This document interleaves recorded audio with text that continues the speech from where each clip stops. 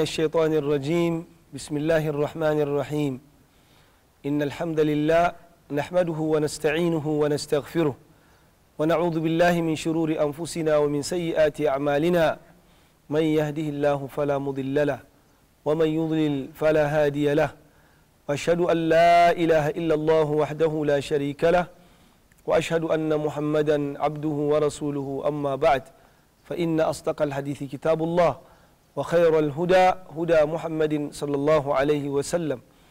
وشر الأمور محدثاتها وكل محدثة بدعة وكل بدعة ضلالة وكل ضلالة في النار أعاذنا الله وأجارنا من النار ومنا godiya ga Allah maɗaukin sarki da ya sake dawo da mu wannan wato lokaci namu wanda muke yin darasinmu mai suna ta'ammulatun qur'aniyya wato nazari da lura a cikin ayoyin alkur'ani kamar yadda muka saba faɗa a wai tsagwaron tafsirin alkur'ani za mu yi ba a wannan darasi a'a me ayoyin suke nufi me ake so gare ka kai nazari a kai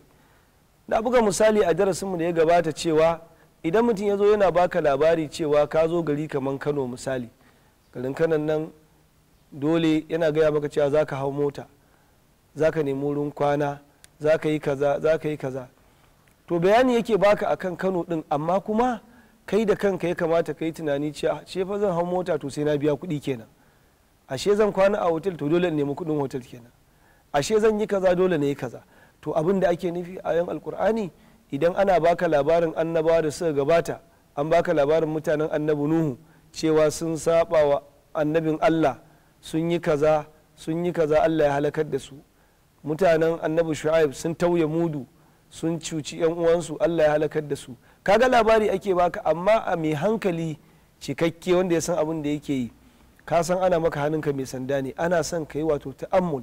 ka yi tunani ka yi nazari cewa ashe fa da ni ake ni ma ana so kan na tauye mudu ana so kan na yi ƙarya ana so kan na yi liwaɗi ana so kan na yi sata kan na yi laifuffukan da aka halakar da wancan mutanen da suka gabata don ni ma kada abin da ya same su ya same ni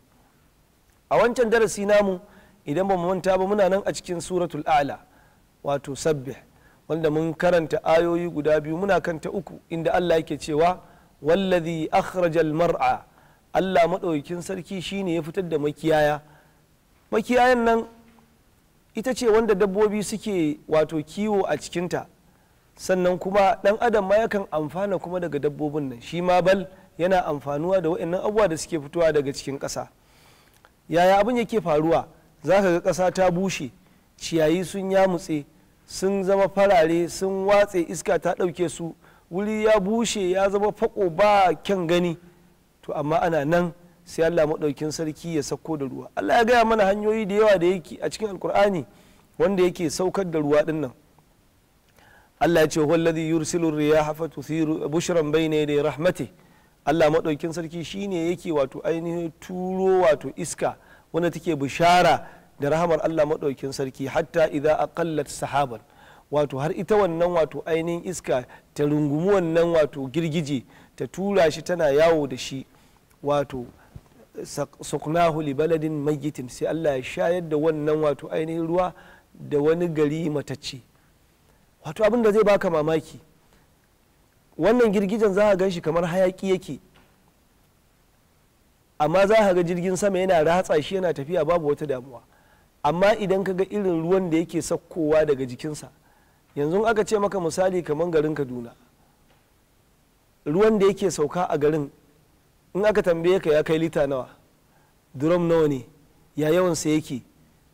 kowane gida sai ya cika dukkan abin da yake bukata musamman a ce an yi awa ɗaya awa biyu uku ana ruwan wani ma kai sai a kwana ana ruwan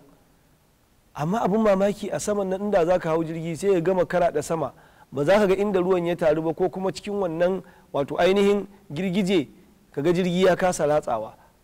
haka za ka gani Allah yake yi tattaro iskar ta yi barbara da junanta ruwan ya taru sannan kuma Allah ya saukar da shi a garin da yake so wani lokaci ma za ga garin da hadarin ya haɗu ko ba a nan ruwan zai sauka ba sai Allah ya tafiyar da shi wani wuri inda ya ga dama fasuqnahu li baladin mayyitin sai a je a shayar da ruwan wato da wani gari matacce idan ruwan nan ya sauka an yi ruwa kwana ɗaya kwana biyu kwana uku can sai ga ƙasa ta fara fitowa koriya ta fito ban sha'awa, ta fito sai Allah ya raya mataccen gari, Allah ya saukar da ruwa sai ya fitar daga cikin wannan kuma ruwan, gashi ruwan iri ɗaya ne amma za a ga tsirrai kala daban-daban sun fita, irin wanda ɗan adam yake ci ya fito, irin wanda dabbobi suke ci ya fito, wanda kaji za su ci ya fito, wanda dukkan nau'in dabbobi za su ci, sai Allah ya fitar da ruwan nan, ya fitar da wato tsirrai daga wannan ruwa. To kaga wannan Allah maɗaukin sarki ƙaddararsa ce, shi ne ya fitar da wannan, ba wani bane ya fitar da shi, domin inda ya ga dama ya tsayar da ruwan, waye ya isa ya kawo ruwan? Ka taɓa ganin wata gwamnati da ta ce tun da ba a saukar da ruwa ba yanzu bari mu kafa wato hukuma ta ruwa, mu ma mu yi ruwa mu rinka saukarwa? Wallahi babu wanda zai iya yi, wannan Allah ke iya yin shi kawai. Saboda haka sai mu gane cewa duk karfin dan adam ya sani cewa yana karkashin tasarrufin Allah ne, domin shi ne yake fitar da wato ainihin ruwa daga makiyaya. Allah ya ce wa min ayati yurikumul barqa khawfan wa tama'an, yana daga cikin ayoyin Allah da yake nuna muku wato walqiya, kuna masu tsoro kuma kuna kwaɗayi na saukowar ruwan nan. Ana cikin rani amma za a ga gashi nan walqiya ta zo, ana tsoro da hadari da tsawa da sauransu, amma kuma ana kwaɗayin rahama Allah. wa yunzilu min sama'i ma'an, Allah sai saukar da ruwa daga sama, fa yuhyi bihi al-ardha ba'da mawtiha, sai ya raya kasan nan bayan ta riga ta mutu. Inna fi dhalika laayatin liqaumin ya'qilun, lalle wannan aya ce ga mutane masu tunani, masu lura, masu nazari, wanda za su yi tunanin cewa to inda Allah bai sauko ruwan nan ba ya zamu yi? Ashe kauna ce Allah madaukin sarki ya mana ita, ya sauka mana ita don mu amfana. Saboda haka lalle mu sani cewa Allah maɗaukin sarki shine yake saukar da ruwa don fitar da wannan tsirrai daga makiyaya. Allah maɗaukin sarki ya ce faja'alahu ghufa'an ahwa, shikenan yanzu gashi gari yayi kore, tsirrai ya fito, dabbobi na ci, kuma kuna noman ku, hankalinku a kwance, ruwa na sauka, can kuma sai Allah maɗaukin sarki sai ya tsaye da ruwan, sai ya dakatar da ruwan. Dakatarwar da ruwan nan kuwa maslaha ce a gare ku, domin lokacin inda ruwan ya ci gaba a wasu garuruwan to shikenan abincin naku da kuka noma lalacewa zai yi, ba zai amfani ba. To Allah maɗaukin sarki daga baya kuma sai ya ga wannan abin da ya zamanto kore ya zama kuma wato ainihin faja'alahu ghusa'an ahwa, sai ya zamanto ya bushe, wato da abin nan ya bushe ya zama baki, sannan fari ne ya koma ja, hakan nan dai za ga tsiran gabaki yana ta lalacewa, dabbobi su fara samun wato karancin abinci, dole su rinka gangarawa inda za su samu wato ciyawa da bata lalace ba, ko kuma su haƙura su koma cin busasshiyar wato ainihin ciyawa wacce suke amfani da ita. Saboda haka anan za mu gane cewa Allah maɗaukin sarki ganin damarsa ne duk yake ciyar da mu ta hanyar wannan ruwa da yake saukowa, da kuma tsirrai da yake fitowa, dabbobi su ci, mutane su ci, da kuma sauransu. To sai Allah maɗaukin sarki ya ci gaba da cewa sanuqri'uka fala tansa, wato za mu karantar da kai alkur'ani kuma ba za ka manta shi ba. Wannan aya idan muka lura ana tabbatarwa da manzon Allah sallallahu alaihi wasallam cewa za a zaunar mishi da alkur'ani a zuciyar shi, ba zai manta shi ba. Domin da ya kasance idan Jibril ya zo wurinsa yana karantar da shi, yana karanta masa wahayi, sai ya rinka bin shi, idan Jibril ya karanta aya sai bi shi ya karanta. Shine Allah ke gaya masa wala ta'jal bil qur'ani min qabli an yuqda ilayka wahyu wa qur rabbi zidni ilma. Sai Allah ya ce masa a'a, ka dakata, ka daina gaggawa wurin karanta alkur'ani lokacin da ake hatta yuqda, wato har sai an kammala. Idan aka gama karatun to shikenan ba za ka manta ba. Allah yake cewa sanuqri'uka fala tansa, za mu sanar da kai wannan alkur'ani ba za ka manta shi ba. Saboda haka manzon Allah sallallahu alaihi wasallam wato bai manta alkur'ani, sai dai abin da Allah maɗaukin sarki ya ga dama ya mantar da shi saboda shari'a,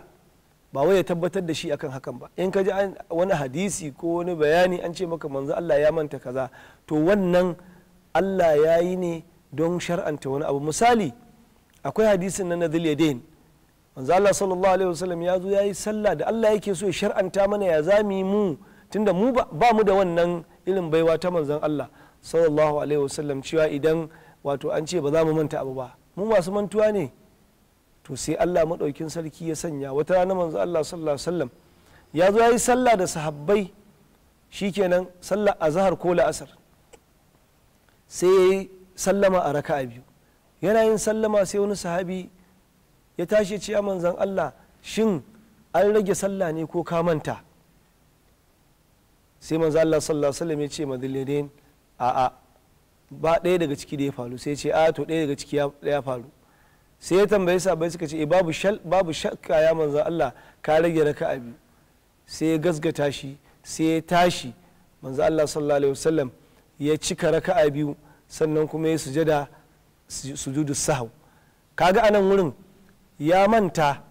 amma an samu wanda ya tuna mishi. Manufar shine wato a shar'anta mana mu ga yadda zami. Saboda haka Allah maɗaukin sarki yana karantar da manzon Allah sallallahu alaihi wasallam baya mantawa, sai dai kuma ya manta li maslaha diniya, li maslahatin baligha, saboda wata maslaha wacce take da buƙatar mu al'ummar da zamu biyo baya, tunda mu masu mantuwa ne, sai Allah ya mantar da shi wani abu don abin ya zamanto shari'a a gare mu. Saboda haka wato ya kamata mu gane cewa manzon Allah sallallahu alaihi wasallam ba kamar sauran kowa yake ba. Kaga anan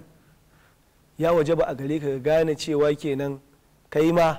dole ka iya kokarinka, ka iya dagewarka ka ga cewa wannan alkur'anin ka karanta shi, duk da cewa za ka iya manta wani abu, amma wannan ba dalili bane da za ka ce a to ni ba manzon Allah bane, ai dan na manta ba wani abu ne. A'a, ka ɗauki wato nauyin karanta alkur'anin nan dare da rana, safe da yamma. Allah maɗaukin sarki ce innahu ya'lamul jahra wa ma yakhfa. Duk da cewa lokacin mu ya kusan zuwa ƙarshe, za mu bari cewa insha Allah ta'ala a halkan mu ta gaba za mu ɗora akan wannan bayani, mu ji kuma me Allah maɗaukin sarki yake nufi da wannan aya, ko kuma me ake so mu fahimta a cikin wannan aya da Allah maɗaukin sarki ce innahu ya'lamul jahra wa ma yakhfa. Da fatan Allah maɗaukin sarki ya sanya abubuwan da muka faɗa ya ba mu ikon amfani da shi, kuma ya amfanar da mu duniya da lahira, ya sanya kuma muna cikin wanda za mu tashi muna murna da ayyukan da muka yi na alheri. A nan wurin za mu ce sai an jima, subhanakallahumma bihamdika nashhadu an la ilaha illa anta nastaghfiruka wa natubu ilaik. Sallallahu wa sallama ala nabina Muhammadin wa ala alihi wa sahbihi ajma'in.